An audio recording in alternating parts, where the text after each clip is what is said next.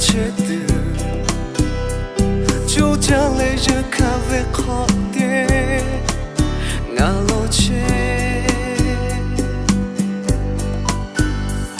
nó tay truy bông ngã về hạ về nó bông ngã ta ta cứ ta cô ta ta về ô giang gà tư ngã yêu chết chỉ tiếc bỏ sự có nó ta vẫn chắc có ngã mập chết khác hay cả nó bao lâu đi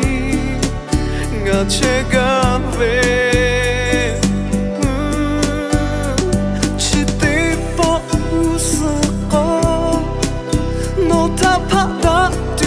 ngã mập đó phải gà có nó bao lâu đi ngã chết gà ra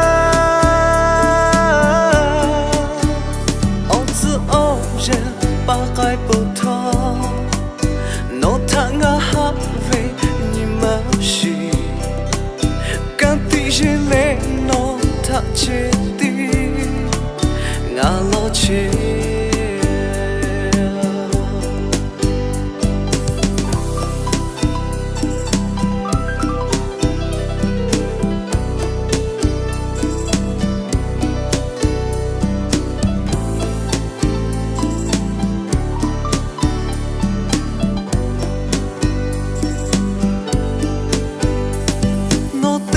bông ngã về hạ về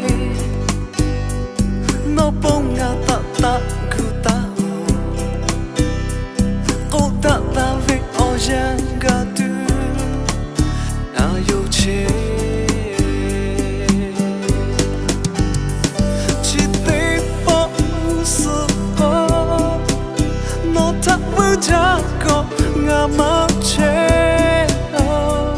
khác hay cả bao lâu đi ngã chết gà về chỉ tiếc bỏ sự có nó thắp phát đã từ ngã mắt đó phải gà có nó bao lâu đi ngã chết gà ra ôm sự ôm ra ba cái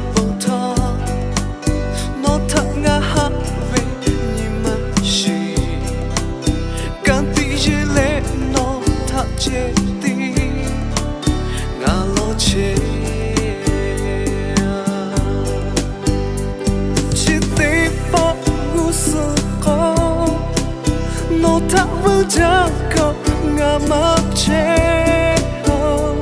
khác hay cả nó bao lâu đi ngã chết gà về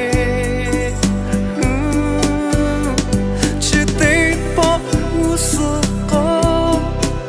nó thắp phát đã từ ngã mắt đó phải gà cô nó bao lâu đi ngã chết gà ra